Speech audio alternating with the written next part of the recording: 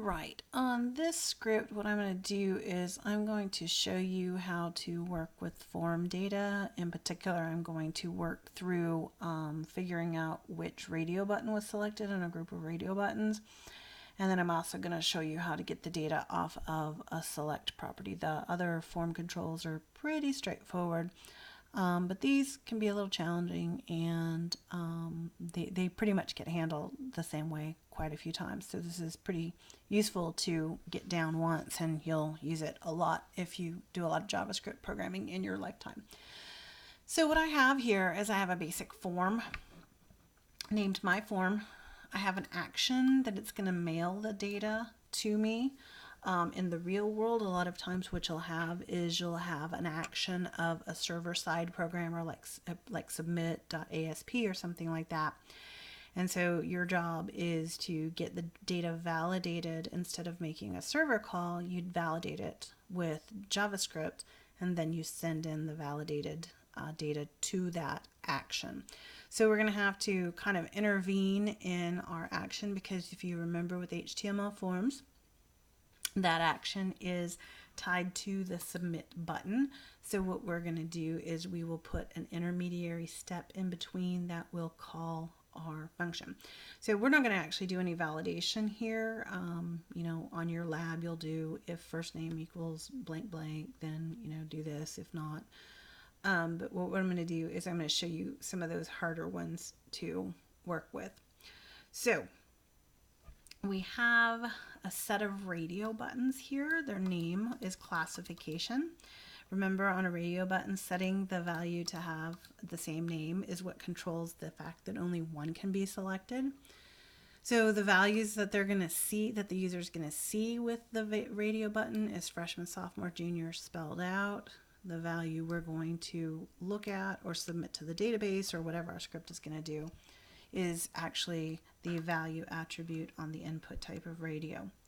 So that's the first part of our form. The second part of our form is a select drop-down list. We're going to ask the user what their political party is. I'm going to give it a name and an ID because I'm going to use the get element by ID. But then again, we have the options with what the user is going to see in the drop-down list, but then we're also going to set a different value.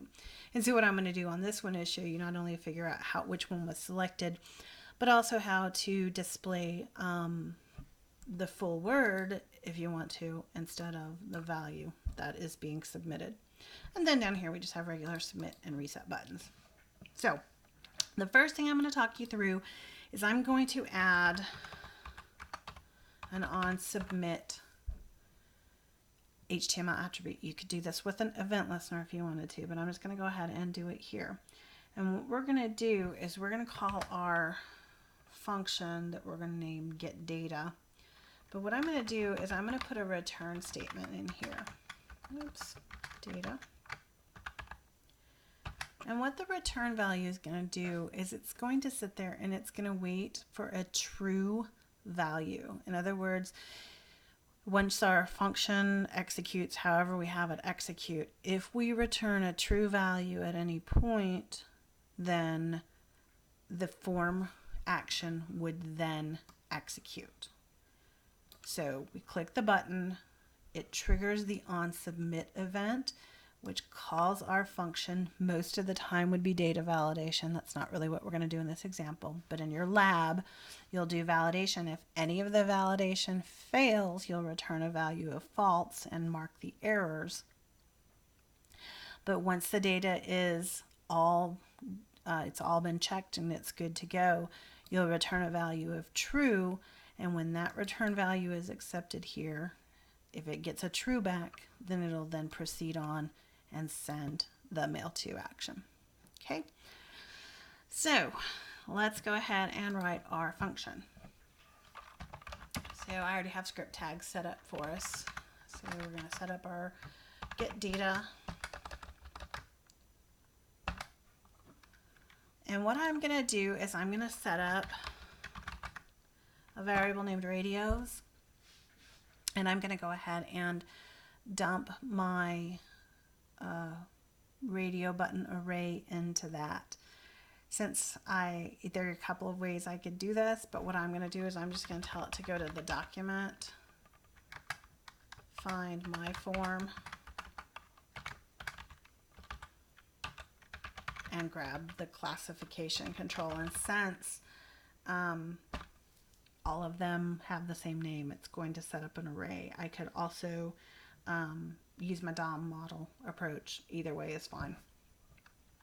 All right.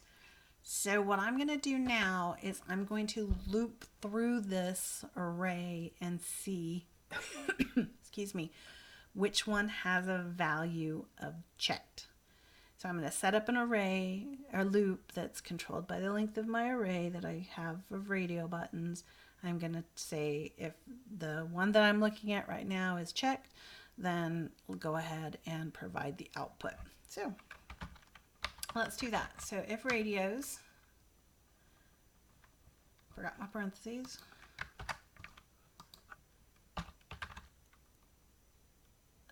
For now, I forgot my loop altogether. Hold on. I need to do for index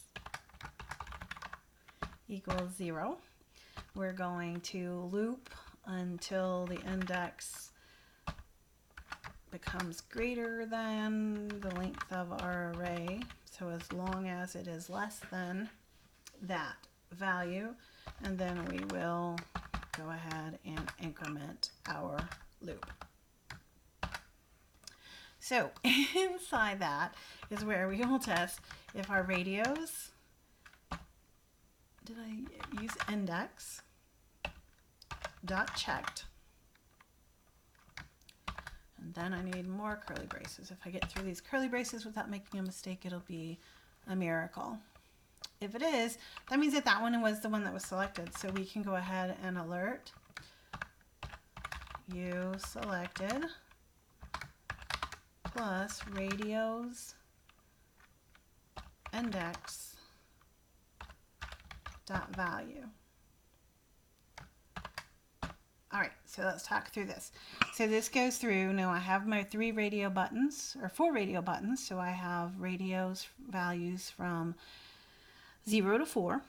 So 0 comes in, it checks radios at the 0 spot.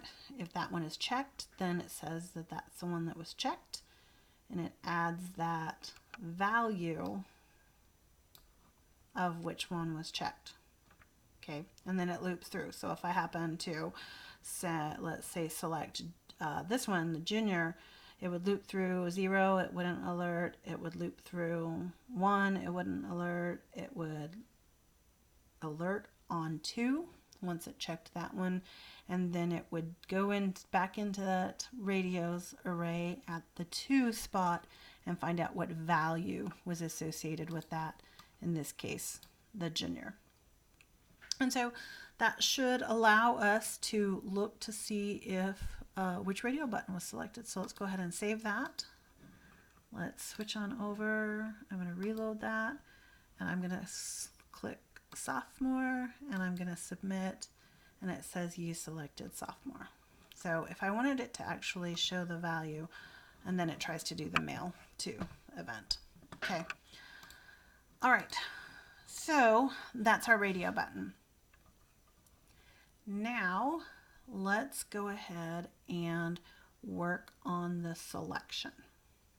So the selection, as you might suspect, is also an array of options. And so the select itself has a selected index property that indicates which one was selected. So in our case, we also have 4 values that are numbered 0 through 3. So 0, 1, 2, and 3. And if I select Republican, then it will store the number 1 in a property named selected index. And then what I can do is I can use that to retrieve other information from the array of options. So it's going to look something like this. I'm going to first of all set up a variable to determine which one was selected. I'm going to say go into the document. This time, well, why not? Let's use document.getElement by ID. Political party, POL party is what I named that control. And so we're just going to go ahead and grab that selected index right there. And it is a property. So now, depending on which one I've selected, there is a number stored in selected one. And so I can tell it to go back into our array at the selected one spot and grab either the value. If I want the value, I can have it grab the value. But in this case, I'm going to actually grab the text off of that object and have it display the whole word. So we do our output. We tell them use selected space and concatenate on document dot myform dot poll party. We could also use the selected one if we had done it differently, but now it's storing a value, so we don't really want to do that. Selected one. So it goes into the array of options at the selected one index, whichever one they chose, and it grabs the text property. And so I'm going to save that. Let's click back over. Let's reload.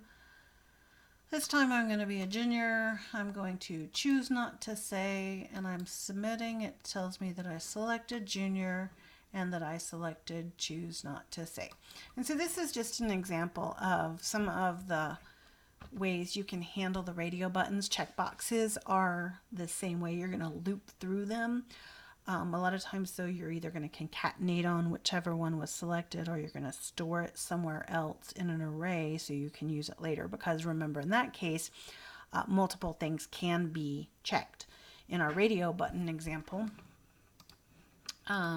we just had to go through it and have an alert once because we knew that only one of the radio buttons could be checked. But if you have a group of checkboxes, you would have more that would need to be checked. And again, depending on how you wanted to output that would probably depend on how you handled it. So those are two of the things that you'll probably need to know to get through your lab. But the rest of it is pretty straightforward. So next we will be moving on to cookies and web storage.